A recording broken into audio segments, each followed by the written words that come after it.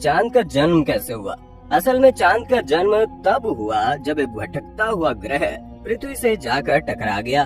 दोनों की टक्कर से बहुत सारा मलबा निकला, जो पहले तो धरती की कक्षा में घूमता रहा, फिर धीरे धीरे एक जगह पर इकट्ठा होने लगा। अब जब सारा मलबा एक ही जगह पर इकट्ठा होकर एक बड़ा सा पिंड बन गया, तब जाकर चंद्रमा का निर्माण हुआ।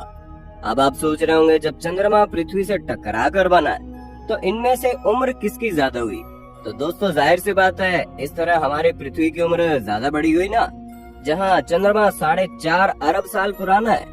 और ये बात तब पता चली जब कुछ अंतरिक्ष यात्री धरती पर चांद के चट्टानों को लेकर आए थे, और उसी की रिसर्च से पता चला कि चंद्रमा का निर्माण 4.5 अरब साल पहले हुआ था।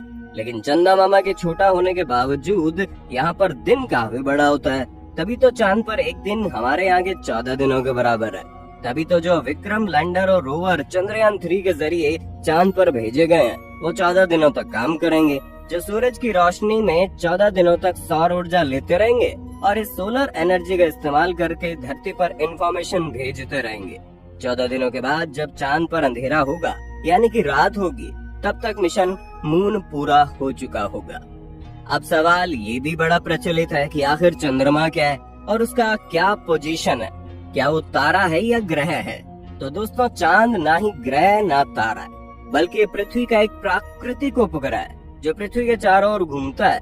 तभी तो चांद दूर जरूर है, लेकिन पृथ्वी के साथ इसका कनेक्शन बना रहता है। क्योंकि दोस्तों, अगर चंद्रमा ना होता तो रात में बिल्कुल अंधेरा होता, ठीक वैसे ही जैसे अमावस की रात में अंधेरा होता है, उससे भी घना अंधेरा होता, और जो अमावस और पूर्णमासी है उसका पूरा चक्कर ही खत्म हो जाता।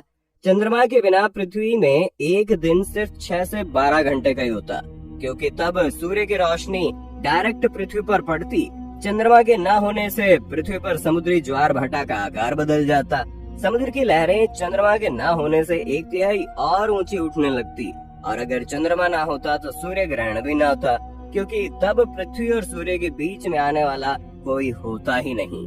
वैसे एक इंटरेस्टिंग बात ये भी है कि चांद के पास अपनी कोई लाइट का सोर्स नहीं होता, बल्कि वो तो सूरज की रोशनी से लाइट लेकर पृथ्वी तक पहुंचाता है। चांद की तुलना में सूरज कई गुना ज्यादा चमकीला होता है।